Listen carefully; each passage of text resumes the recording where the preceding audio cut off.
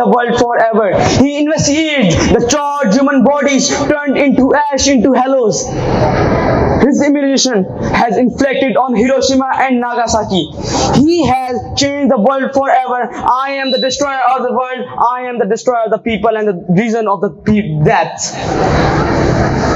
That there was no turning back after all of that. That the arm race that his creation atomic bomb had kicked off could not be switched off, almost like the nuclear chain reaction. Then the Hiroshima and Nagasaki peoples were killed in millions of number and thousands of number because the atomic bomb.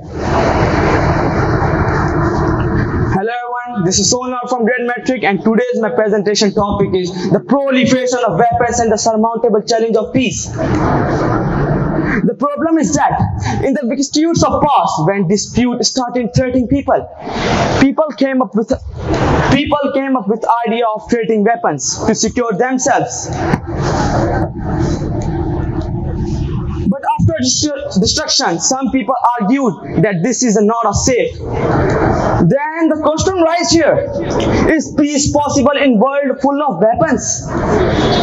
Can we make a prosperous world where safety is assured with the destruction? Can we diminish weapons and have a peace? So today's my objectives are highlighting the proliferation of weapons in current time, how the narrative of establishing peace is bleak, the survival of humanity in the backdrop of weapons and the establishment of peace, also demystifying the threat of misuse of weapons. There are some books which is written and establishing literature review, Seeking the Bomb Studies of Nuclear Proliferation by Vipin Nargan in 2022, the Treaty Prohibiting Nuclear Weapons, How It Was Achieved and Why It Matters, it by Alexander Kemet in 2021. Homo Deus, A Brief History of Tomorrow by Yuval Noah Harari in 2016. On China by Henry Kissinger in 2011. The Tragedy of Great Politics by John Mearsheimer in 2021. So my first part of my topic is the proliferation of weapons. The countries which are spending on the militaries, which are spending in billion and trillion US dollars, where these are used. The nuclear warheads, 12,627 nuclear warheads, 40,063 missile tanks, multiple of missiles, 7,560 fighter jets, 210 submarines, and 29 aircraft carriers. World military expenditures. Estimately, globally, military expenditures rose for the 9th consecutive year in 2023 to surpass $2.4 trillion, driven by the Ukraine and wider geopolitical tensions. This is a report by the SIPRI 2020 in 2022 showing the world military expenditures.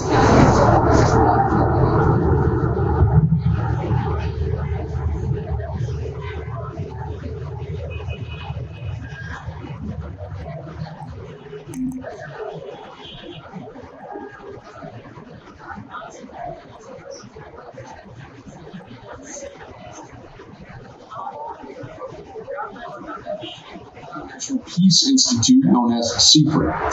Overall, world military spending came to $2.2 trillion last year, led by the United States, China, and Russia. The biggest jump came here in Europe, which spent 13% more than the year before. That was led by Russia and Ukraine.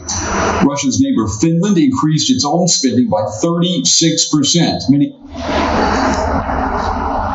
The world military expenditures by region 2014 to 2023. The world has approximately crossed $2,000 billion to expend on their militaries. Africa with $0 billion, America with near $1,000 billion, Oceania with $200 to $300 billion, Europe with $100 to $200 billion, and Middle East with $100 billion.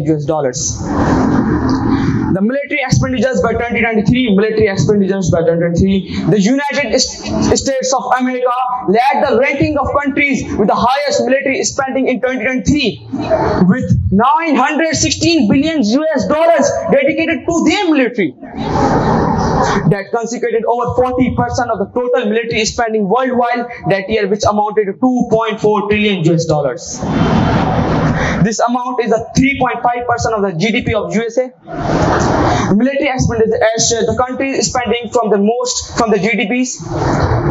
As the Ukraine was invaded by the war, they have spent 37% from the GDP to their military.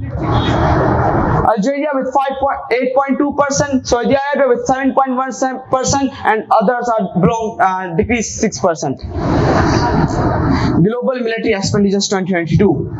United States of America spent highest from all countries on military expenditures from the GDP is 39%. China followed them with 12% of their GDP. Russia with 3.9% and India with 3.6%. International Arms Transfers 2023. Import of major arms transfer armed by a state in Europe increased by 94% between 2014 to 2018 and 2019 to 2023. While the global volume of international arms transfers decreased marginally by 3.3%. Pakistan expenditures. As a result and the estimated result, Pakistan ranks 23rd in the world for the military expenditures. As the report according to SIPRI, Pakistan military spending in 2023 was around 10.4 billion US dollars, which is approximately 4% of our GDP. The report of Pakistan military expenditures in 2024.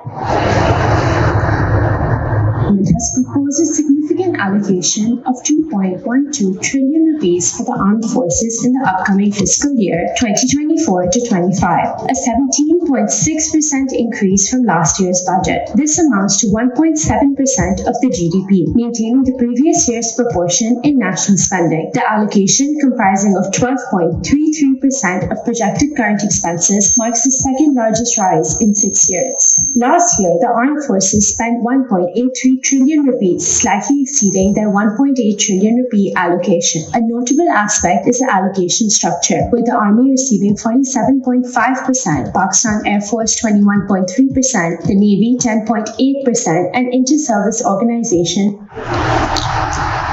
World Nuclear Forces 2024. At the start of 2024, 9 countries, USA, Russia, UK, France, China, India, Pakistan, North Korea, Israel, together possess approximately 12,121 nuclear weapons, of which 9,585 were considered to be operationally available. An estimated 3,904 of these warheads were deployed with operational forces, including about 2,100 that were kept in a state of high operational alert. The population of world is around 8 billion and we need only 400 nuclear weapons to destroy the whole world.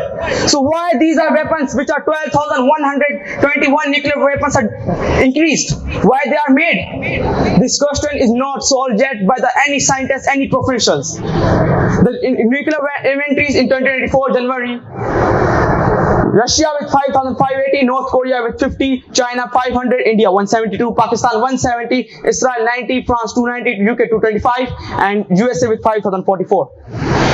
Inventories in 2021. Now, as a previous report, the Pakistan was below than India 170 and India was 172. But in 2021, Pakistan was 165 capable to make the nuclear and have a nuclear inventories. But India was only 156. United States 550, Russia 6,255, China 350, North Korea 4250, Israel 90, France 290, Britain 225. The world arm and imports.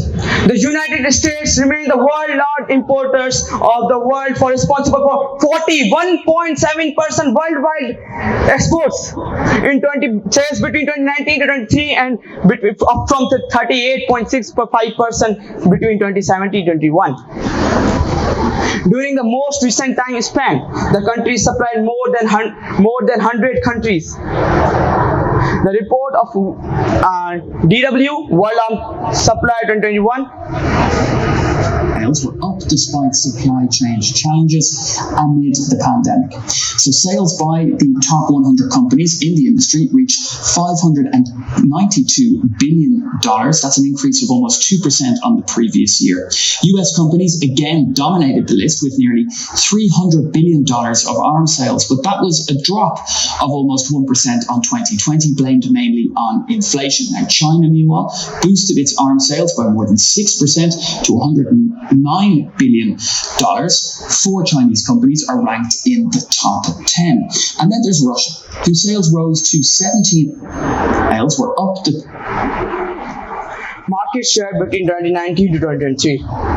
United States lead the market of exports arm with supply with 42% between 2019 to 2023. Russia and France are following USA with 11% of exports in 2019 to 2023. The country which is responsible for 41.7% export in the world. The USA exports to Kuwait with $250 million, with Canada $200 million, Saudi Arabia $180 million, and other with $300 and $500 million. Who is the world's largest importer, which are not creating their own weapons and trying to import from other countries? India was the world top arm importer. Its imports increased by 4.7% between 2014 to 2018 and 2019 to 2023. India and Pakistan wars. The history between India and Pakistan are previous, and it started from when we get independent from Britain in 1947, lord over the Kashmir region to which both countries lay claim. India became a nuclear power in 1974 and Pakistan became a nuclear power in 1998. In the USA, 41.7% they are exporting the weapons, but how many percent people are having their own guns? About 4 in 10 US adults say they live in a household with a gun, including 32% who say they personally own one gun. These numbers are virtually unchanged since the last time we questioned in 2021. About 7 in 10 gun owners, 72% say protection is a major reason they own a gun. For hunting, 32%, for sports shooting, 30%, as a part of gun collection, 15%, and for this job, 7%. Now the thing is that the arms, that the small arms, that the weapons are being exported and imported in expenditures from billion and million trillions dollars. Where these weapons are used? These weapons are used in conflict zones. Some conflict zones I have mentioned. Ukraine, imported by the United States, European Union and NATO countries. The conflict following Russia's invasion of Ukraine in 2022, Ukraine has received a significant amount of military aid, including advanced weapon system from the USA. Yemen, exporters United States, United Kingdom and France. Conflict, Saudi Arabia and the UAE with arms from Western countries are heavily involved in Yemen's civil war. Syria is imported, exporters Russia, Iran, Turkey. Conflict, Russia has been a major supplier of weapons of the Assad region, providing tank, aircraft and air defense system, while opposition forces have been supported by the US, Turkey and Gulf states with small arms and anti-craft missiles. Afghanistan's exporters are US abundant weapons and NATO countries. Conflict, after the US withdrawal, the Taliban captured significant quantity of weapons left behind the US forces and Afghan National Army, including rifles, vehicles and aircraft, which are now being used to maintain control. Now the question is here, the arm which are dealing in the trillion and billion US dollars, the weapons we are having in the world, in our GDP, we are spending on from GDP. Can we live in this world which is full of weapons? Can we have a peace? So, second part of my topic is surmountable challenge of peace. How peace can be achievable? The peace is only be achievable by the two ways: individuals and organization, world level organizations. Individuals cultivating empathy and compassion. effective communication and active listening, mindfulness and emotional regulation, promoting inclusivity and diversity. The organizations facilitates open dialogue for peaceful conflict resolution, promotes inclusivity to reduce tension and prevent conflict, support education on non-violence and peace building, collaborate with communities and government for sustainable peace efforts. There are the few world level organizations which I have mentioned in my PPT presentation. Peace Corps. The Peace Corps was established in 1961 in the US government. Milestones of Peace Corps. 1966, the organization peaked with over 15,000 volunteers serving in 52 countries. United Nations. The United Nations work to promote peace, security, human rights, and sustainable development globally. Milestones of United Nations. 1944-88, establishment of Foundation Framework of Human Rights. 2015, introduced a set of 17 global goals aimed at tackling global challenge by 2030, focusing on poverty, education, environmental, sustainable, and inclusive economic growth. International Criminal Court, established in 1 July 2002, milestones of ICC. The ICC first referral from the UN Security Council on therefore underscored its role in addressing crime that threaten international peace. United States Institute of Peace. USIP is an independent federal institute that promotes conflict resolution and peace building both domestically and internationally. Milestones.